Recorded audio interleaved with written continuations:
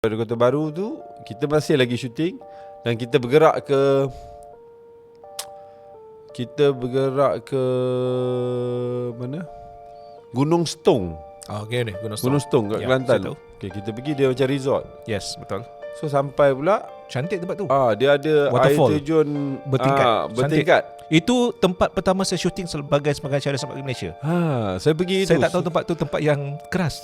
Sekali tengok diorang pun duduk lah. Kita tak ada syuting lagi sampai petang tu. Ya. Dalam air tu ada seekor katak Okey. yang besar Okey. besar pinggan kot. Okey. Dan rupa dia berpolka dot, berbintik-bintik. So budak one of the crew tegur, wih, lain macam katak ni.